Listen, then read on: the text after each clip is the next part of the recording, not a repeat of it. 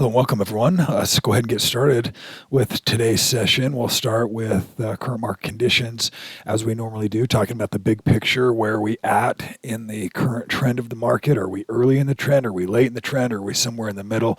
And the place that we start here is on this direction alerts tab, where we're looking at S&P 500 off of the 20-year time frame, and we talk about this pretty much every other day, and in the morning updates every day, to really help solidify where we are in that trend, so that we can just understand the risk levels that we are at in terms of allocation into equities or allocation into cash or other things. I'm going to talk a little bit today about some of those other things and other possibilities as far as diversification and some allocation adjustments into a portfolio utilizing ETFs, which is primarily, in addition to individual stocks, we primarily will talk about ETFs as other ways to manage a sector trade or an index trade or a commodity type trade versus going out and trying to trade the futures contracts. It's just a lot more flexible to be able to utilize some ETFs. So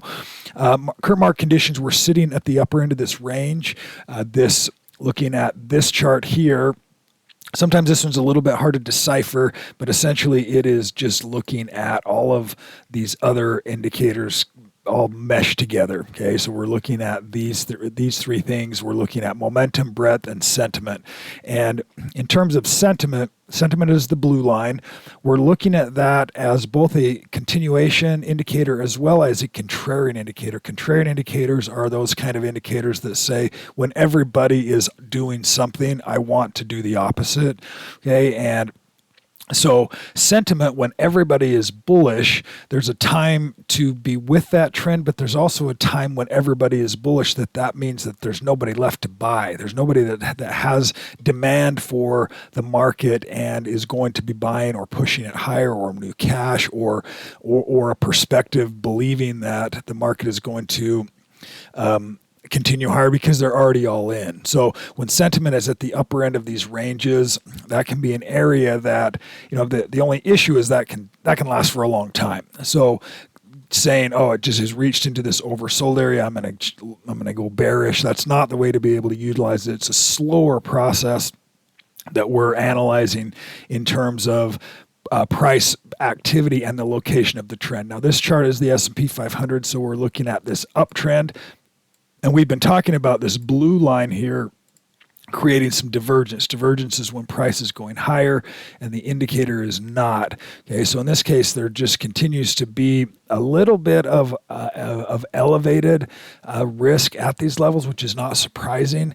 Going into the third year of this bull market, a big rally, watching for profit taking into those rallies. So we're watching for, now the other factor in these indicators are momentum. Momentum is where are we at in the shorter term swings, the shorter term trend cycles, and are we at the extreme or are we somewhere in the middle? For example, when we see the indicator that are up in these upper levels and then we start to get some divergence, we know that we're near some kind of a upper level. Doesn't necessarily mean it's the top or a major top. It just means that we're due for some type of a correction or a counter trend that brings things back into a sustainable trend. And oftentimes that can really shoot that momentum indicator all the way down to the low end, and then we can get some new optimism and some a little refresh, the pause that refreshes, and things are moving higher from there. And then breadth also is how much participation are we getting in these trends? Are we getting a large percentage of stocks that are moving with the trend,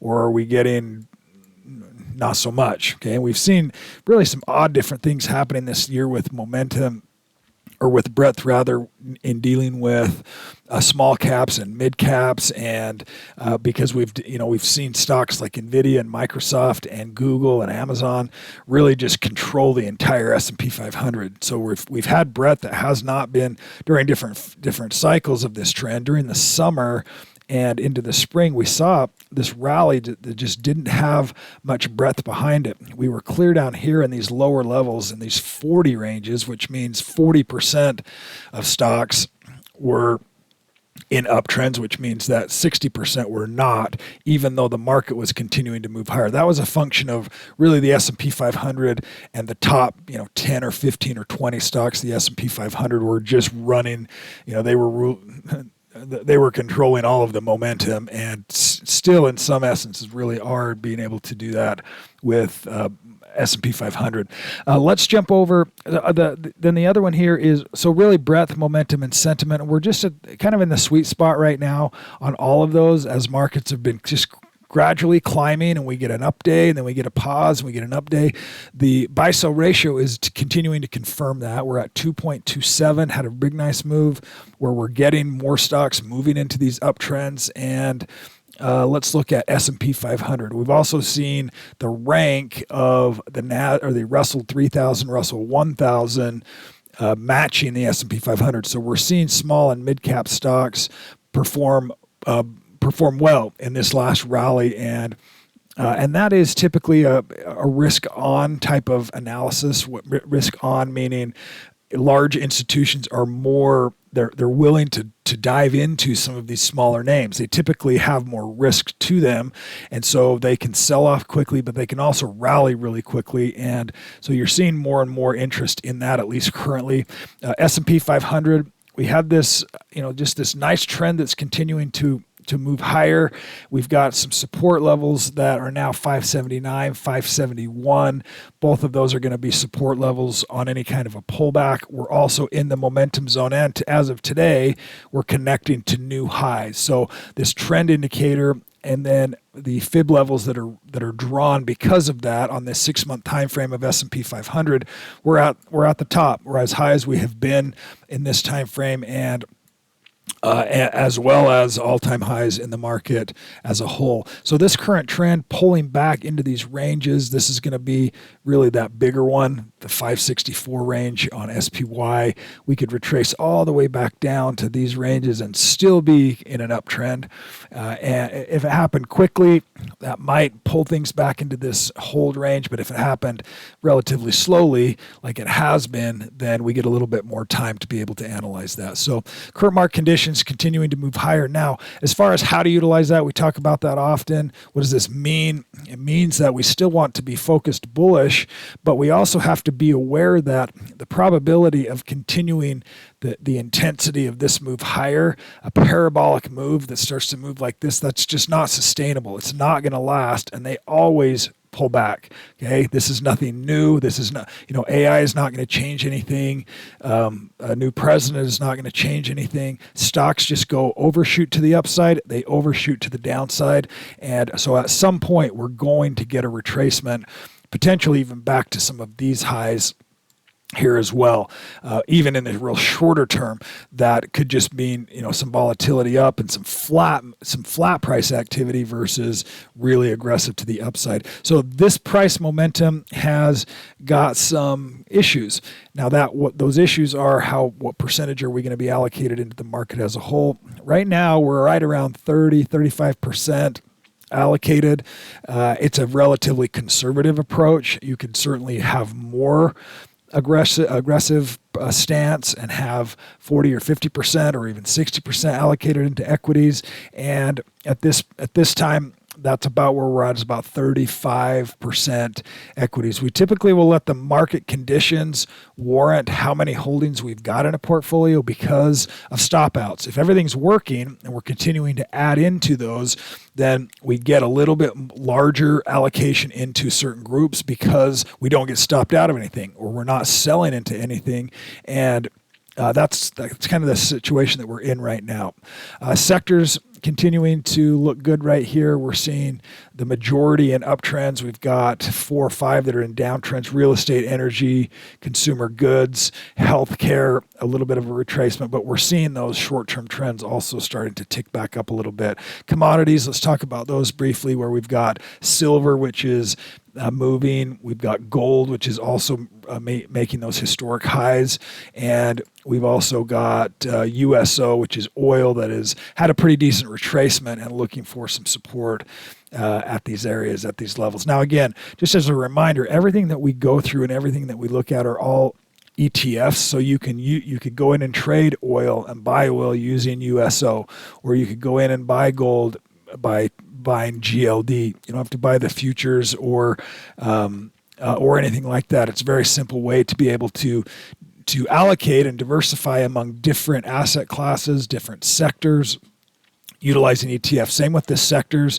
All of the sectors that we go through here, these are all exchange traded funds, ETFs that you could trade. If you were to say, hey, I wanted to own just the utilities sector, then this is an ETF that would allow you to do that. IDU, then you buy it just like a stock. You can manage it just like a stock, just like we would as well, where we're in an uptrend, where we're tracing, pulling back, or we're shifting some of that trend from uptrend to no trend to downtrend back to uptrend, okay, and be able to participate in these trending moves and very quickly and easily utilize an ETF. The other place to be able to utilize those, there's lots of ETFs that are popping up. And some kind of crazy ones like these direction daily, 1.5 times NVIDIA. I think that's kind of ridiculous. But in terms of, these companies looking for reasons to create new ETFs, there's a million of them now. The more useful ones are sector and leveraged and inverse. Okay, so if we're looking at 3X, FAS, Financial Bull 3X, basically what that means is if the financial sector is going up by 1%, this ETF is going to go up 3 times that. It's going to go up by 3%. Exactly 3 times of what the underlying sector is doing. So you can get a little bit more bang for your buck, a little bit more leverage essentially by buying one of these without having to utilize options or have a position size that may be too big for your risk levels as well. So you can keep an eye on this muscle ETF group. These are all the strong ones. It's also a quick way to glance and see which sectors may be moving that you may not be aware of. Financials doing quite well. You've got Bitcoin that's starting to come back in. You've got semiconductors, which have been doing pretty well. All of those things you can just glance and see what is working right now in the current market environment. You've got other things like I just saw it right here. I saw home builders and suppliers. You've got where was it? I thought I saw aerospace in there. Those are all, but these are some of the ways to also to be able to utilize some diversification. If you're thinking, I just don't know which stock to buy, or I don't want to have to try and choose one individual stock, I'd rather play or trade the entire sector than this. And maybe I want some leverage. Here it is right here, DFEN. So the aerospace and defense sector has been doing quite well, continuing to move higher. And this is a way to be able to play that entire group without having to choose the right one, the right stock. It's, if you're saying, I think that aerospace and defense is going higher, and or even better yet, I don't think it's going higher, I can see that it's going higher, and you're working on some of these transitions out from yellow back to green, then you can utilize that. Let's jump over into a couple of trade setup ideas on the muscle stock group, new buys, and WLF. There's some news. Let's go through this list, and we'll just look at a couple of different ideas, and then go through an example of a trade setup. Obviously, some of these, because the time of the class we're getting today's bar, typically it's because we're focused on an end of day system. We are going to make the trade and the decision either pre-market or post-market. Typically, we'll do it in the morning, evaluate what's happening, what's happened. Do we want to make any changes? Are we buying or selling? Are we adding anything new? Let's see if we can find something that this is an interesting one. It's fairly vanilla. It's not what I'm looking for. Typically, I want to see some increased volume right here, which also, as I've said before, if you want that, then create a scan for it. So some of these, like new buy large or new buy volume, okay, these are stocks that have got a little bit more volume behind them. They're increased by, I think I've got those set to, in fact, let's go in and look and see. We've got those set to new buy volume right here. 50% increase over the prior day. Okay, so if the volume is 50% higher than the volume it was the prior day, it's going to show up in that scan. What that means is this volume bar right here was at least double the volume of the day before. So when you see a big volume spike, this is well more than 50%, and you have an up day. So it lets you know that whoever was buying into that uptrend, there was institutional interest, institutional buying. The institutions are the only group that can push stocks like that and on that much volume. So a massive breakout on big volume, you know that heavy hitters are back in the game, and there's a lot of volume. This has 2 million shares trading hands every day. These are not, small traders that are pushing some of these stocks into those areas. So we get a little bit higher probability into confirming that breakout or confirming that trend.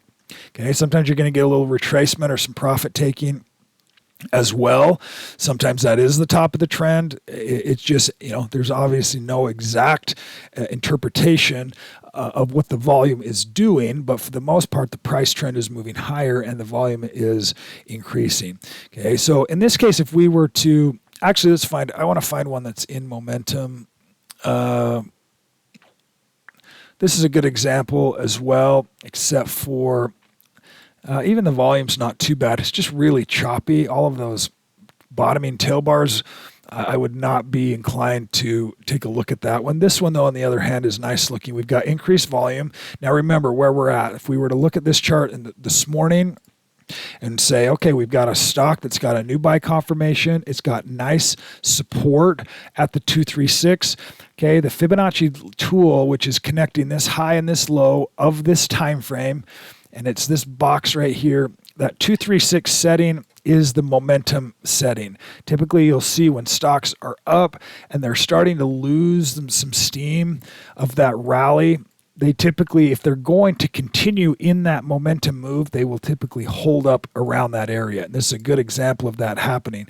Okay, some support happening here, and you get this move. Now, granted, that move wouldn't have happened on this bar. It would have happened right here, right? That bar hadn't happened yet. So if we're looking for places to say, oh, okay, yeah, this is starting to hold up, you're getting buying, then we get the confirmation of that buying, and it connects this upper range. So now it is connected. So now what we can do is we've got to determine, is this a trade that I would want to take? Because what my anticipation is that it's in the momentum zone. I'm giving it this much space to dance around here, but I would expect it to go higher based on this pattern, where it has been moving, what it's been doing, the sector that it's in the construction sector. I would expect it to continue to move higher from here. But as we know, stocks don't always go higher. Sometimes they'll retrace back down, and sometimes they'll do that immediately. And so we want to make sure that we're protecting our capital, we're protecting our initial risk capital on this first trade. Now, initial risk capital is the very first money that you're applying to a trade. There's no profit in this money. This is our hard-earned money. This is our wages. This is our wherever that money's coming from, it is our fresh capital, and there are no gains on it. So we want to make sure that we're always protecting that capital. If I have $10,000 and I'm going to risk $2,000 on a trade or $1,000 on a trade, then I want to know multiple things about where I'm going to get out, and why, and what percentage is that going to be? How big of a risk size, how big of a position size am I going to take on? Okay, let's use 100,000 for round numbers. In most cases, that's a fairly average number. If you've got 10,000 or 20 or even less than that, just make the numbers smaller. Okay, so if we're looking for position size, portfolio, number one, we want to know what number are we dealing with in terms of our portfolio size. Okay, so in this case, if I've got 100,000 or so, 118, then what I want to determine is what's my position size. Typically, you can see the share price.